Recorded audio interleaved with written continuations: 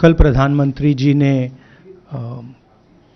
Parliament में 2 घंटे, शायद 2 घंटे 13 मिनट, 2 घंटे 13 मिनट भाषण किया। उसमें अंत में 2 मिनट उन्होंने मणिपुर की बात की।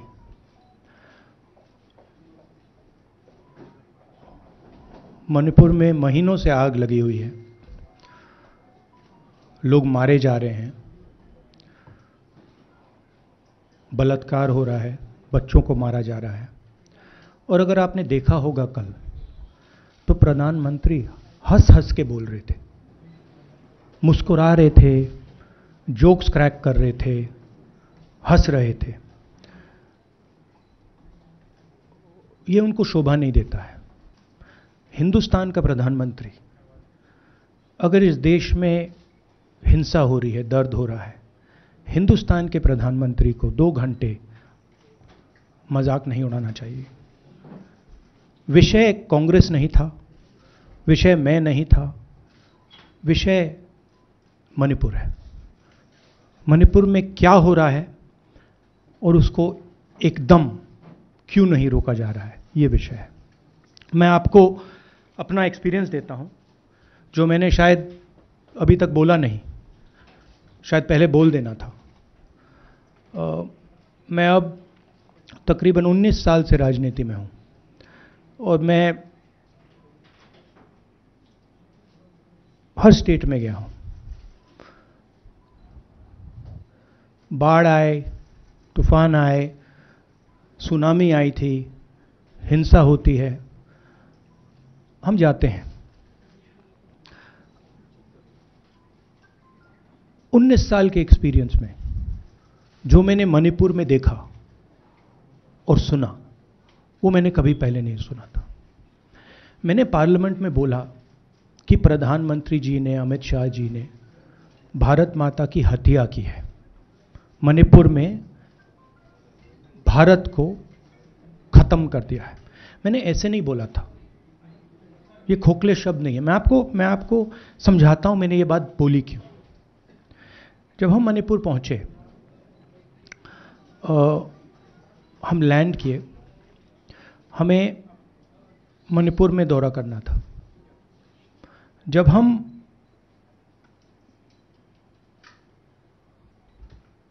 मेटे एरिया में गए, हमें साफ कहा गया था कि अगर आपकी सिक्योरिटी डिटेल में कोई भी कुकी होगा, उसको आप यहां मत लाइए क्योंकि हम उसको मार देंगे। और जब हम कुकी के एरिया में गए, हमें कहा गया अगर कोई मेटे आपकी सिक्योरिटी डिटेल में होगा, उसको आप मत लाइए, उसको हम गोली मार देंगे। हम जब गए, हमें मेटेज को परे करना पड़ा, हमें कुकीज को परे करना पड़ा। मतलब एक स्टेट नहीं है, आज 2 स्टेट है। स्टेट की हत्या कर दी गई है और उसको चीर दिया गया है। इसलिए मैंने बोला हिंदुस्तान की हत्या मणिपुर में बीजेपी ने कर दी है। और जब मैंने कल प्रधानमंत्री को देखा हंसते हुए, मजाक उड़ाते हुए, मैं समझ नहीं पा रहा था कि हिंदुस्तान का प्रधानमंत्री इस प्रकार से कैसे बोल सकता है। प्रधानमंत्री को यह पता नहीं लग रहा है कि हमारे देश में क्या हो रहा है। छोड़िए, नहीं जाना चाहते हैं, उसके भी कारण हैं, शायद मैं बता नहीं सकता हूं आपको, उसके कारण हैं। मगर अगर जा नहीं सकते हैं तो मणिपुर के बारे में बोले तो। हिंदुस्तान की आर्मी, आप सब जानते हो, सेना को आप जानते हो, जो मणिपुर में हो रहा है, हिंदुस्तान की सेना उसको 2 दिन में रोक सकती है, 3 दिन नहीं लगेंगे। अगर हिंदुस्तान की आर्मी को कहा गया कि यह तमाशा बंद करो, 2 दिन में यह तमाशा, ड्रामा बंद हो जाएगा। प्रधानमंत्री मणिपुर को जलाना चाहते हैं, आग बुझाना नहीं चाहते हैं। यह है सच्चाई। अब आप अपने सवाल पूछिए. Would you like me to say it in English? Huh? I watched the Prime Minister of India yesterday speaking for 2 hours, laughing, joking, लगाing naras in the parliament. The Prime Minister would say one line and the entire BJP would shout another nara. You know, the Prime Minister seems to have forgotten that the state of Manipur is on fire and has been on fire for 4 months. Women and children are dying over there. People are being murdered. Women are being molested, are being raped. And the Prime Minister of India is sitting in the middle of the parliament, shamelessly laughing. This is not about Rahul Gandhi. This is not about the Congress party. This is not about the opposition. This is about India. It's about our country. A state has been decimated. It has been destroyed. It does not exist anymore. And it has happened because of the politics of the BJP. Divide and rule and burn. That is why in my speech I said, Bharat Mata has been murdered in Manipur. It's very interesting. For the first time, the words Bharat Mata have been expunged from the parliament. It's an insult to those words. Whatever I said that is wrong. I have said Bharat Mata, which is an idea, which is the idea of India, where everybody lives peacefully, harmoniously, with affection, has been killed in Manipur. It's a fact. So, the word itself now cannot be spoken by the people of India. We cannot say Bharat Mata in parliament.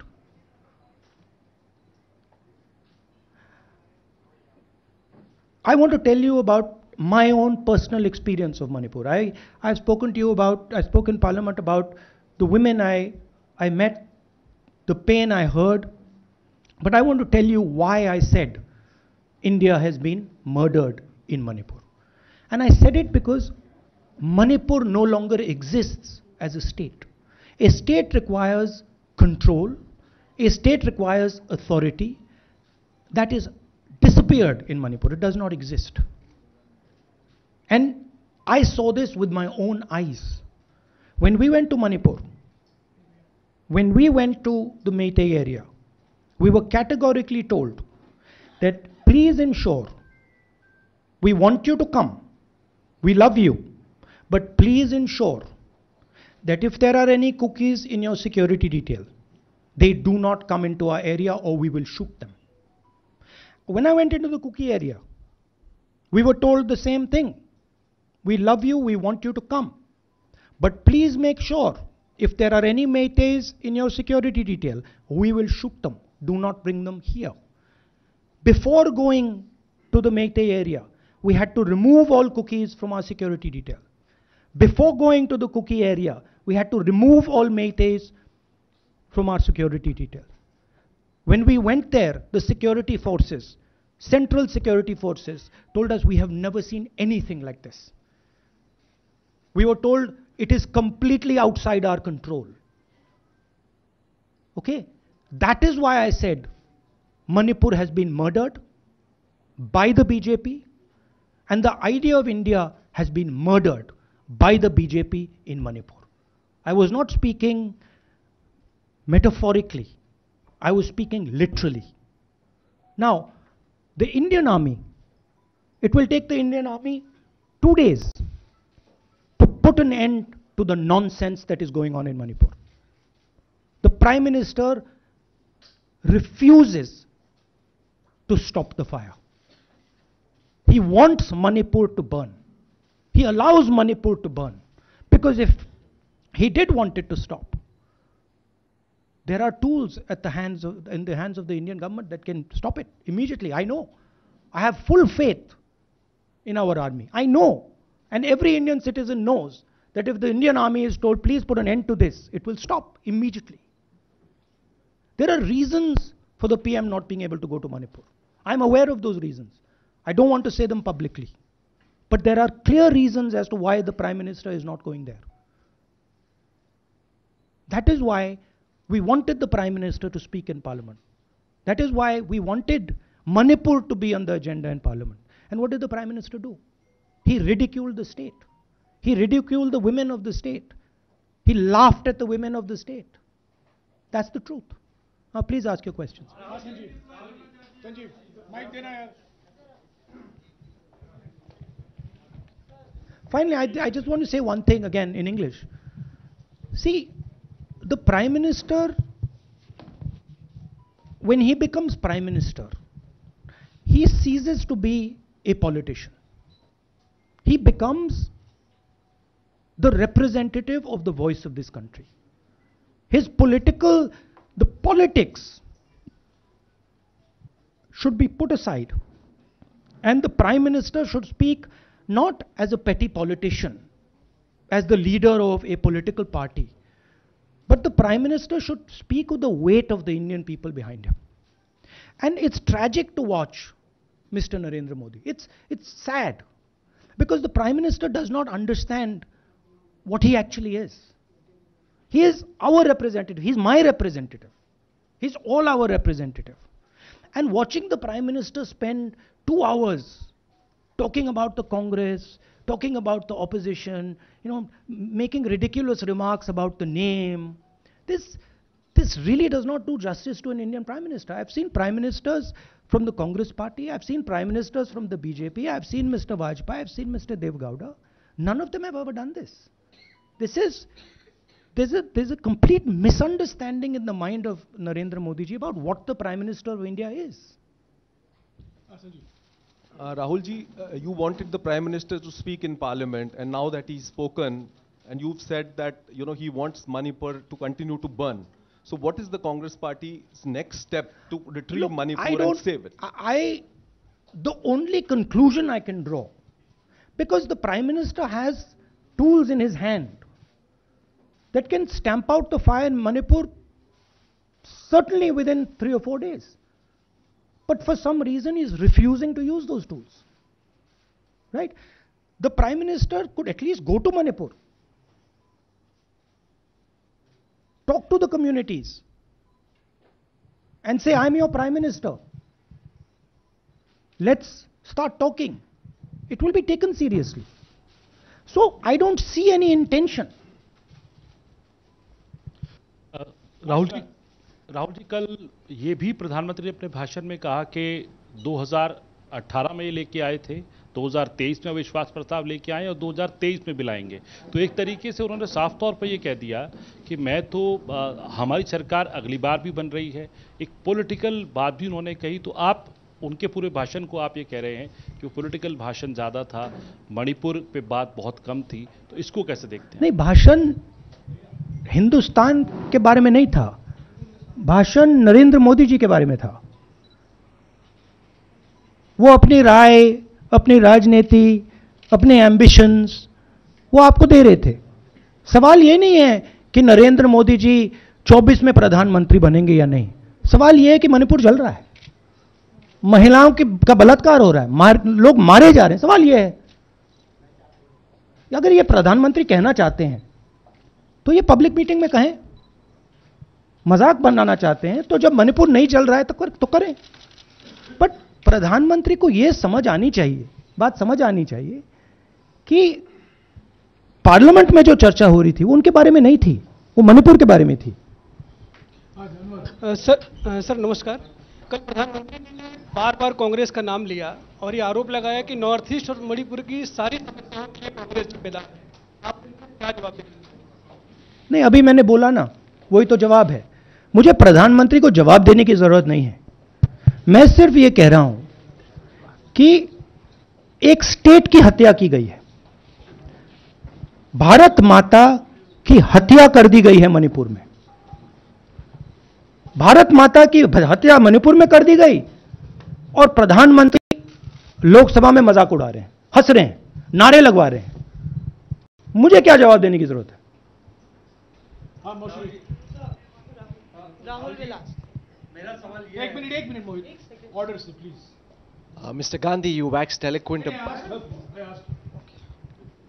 Rahul, आपने बोला कि प्रधानमंत्री ने बोला सदन में कि गृह मंत्री अमित शाह ने विस्तार से जवाब दे दिया। अमित शाह साहब ये कहते हैं कि मणिपुर के सीएम को हटाने की जरूरत इसलिए नहीं है क्योंकि उन्होंने हमारी पूरी बात सुनी और वो कभी भी कोई हमने डीजीपी चेंज किया, डीजीपी चेंज कर दिया, उन्होंने जो भी प्रशासनिक व्यवस्था हम चेंज करना चाहते थे, इसलिए मणिपुर सीएम को हटाने मणिपुर सीएम, जब मैं मणिपुर गया, मणिपुर सीएम ने जो मणिपुर में हजारों वेपन्स जो लूटे गए, वो मणिपुर सीएम के नीचे ही हुआ। तो क्या अमित शाह चाहते थे कि ये हजारों वेपन्स लूटे जाएं?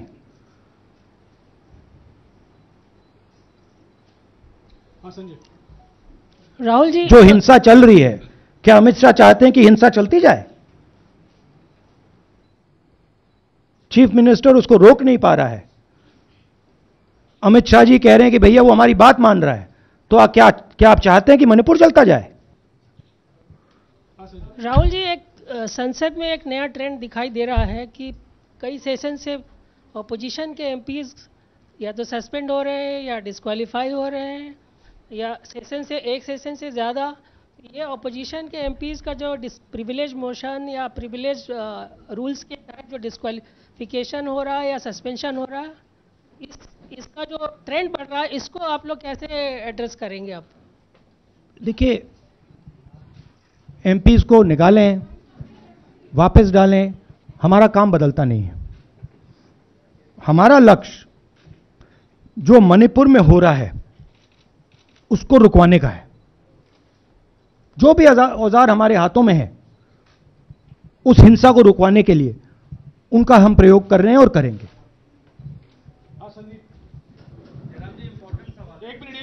Yeah, Mr. Gandhi, you talked about using the army, deploying the army to control violence. You spoke that in Parliament. You've repeated here. But the BJP has criticized you and even previous Congress governments, saying that we want to solve the issue through dialogue. And they've criticized that in the 60s, in 64, the Mizo National Famine Front was bombed by the Indian Army, by the Indian Air Force.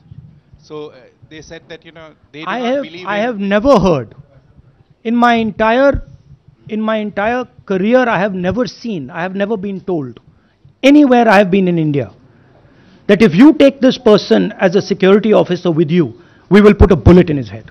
I have never heard it. And I heard it twice in Manipur. That means there is no dialogue in Manipur. There is pure violence taking place in Manipur. The first step is to stop the violence, put an end to it. I point out the army, but what I mean is that the Prime Minister has multiple instruments in his hands. He's not using them. It's been burning for 4 months. He's doing nothing and he's laughing. I'm amazed people can't see this. That he's sitting in Parliament and laughing. Jairam ji, Last question. Jairam जी, मोहित दुबे हूँ news nation से। आपने 37 minute का भाषण। जयराम जी, राहुल जी नहीं, मतलब आप मुझसे जयराम कर रहे हैं या उनसे? राहुल जी, आप जय सिया राम। राहुल जी, आपने 37 मिनट का भाषण लोकसभा के भीतर दिया और 37 मिनट में सिर्फ आपको करीब 14 मिनट ही दिखाया गया, बाकी आपके चेहरे पे कैमरा नहीं था। और आप मणिपुर गए, मैक्सिमम टाइम आपने मणिपुर के ऊपर बोला। इस परंपरा को आप किस तरीके से देखते हैं? पता नहीं, शायद कॉन्ट्रडिक्शन है। शायद पीएम मेरा चेहरा टीवी पे नहीं देखना चाहते, मगर फिर पीएम मेरी वीडियो के बारे में बात करते हैं। तो पता नहीं क्या है, बट मुझे लगता है शायद उनको मेरा चेहरा टीवी पे देखना अच्छा नहीं लगता। कोई प्रॉब्लम नहीं है। जो मैंने बोलना था, देखिए, मुझे अपना काम करना है। मैं जानता हूं कि मीडिया पे कंट्रोल है, लोकसभा, राज्यसभा, टीवी पर कंट्रोल है, वो उसके बारे में मैं कुछ ज़्यादा नहीं कर सकता हूं, मगर मुझे अपना काम करना है। मैं अपने काम को करता हूं। जहां भी भारत माता पर आक्रमण होगा वहां मैं आपको खड़ा मिलूंगा, भारत माता की रक्षा करते हुए मिलूंगा।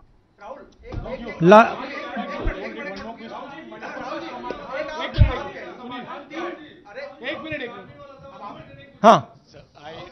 Okay, last question, brother. The Supreme Court has already said what it has in terms of a constitutional breakdown, as well as now, you are asking for the army. Do you believe that Article 356 is the only way out? Or I'm not asking for anything. Please don't misunderstand.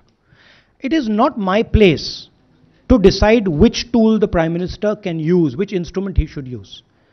I am pointing out that there are multiple instruments that the Prime Minister has at his disposal, and he is not using a single one.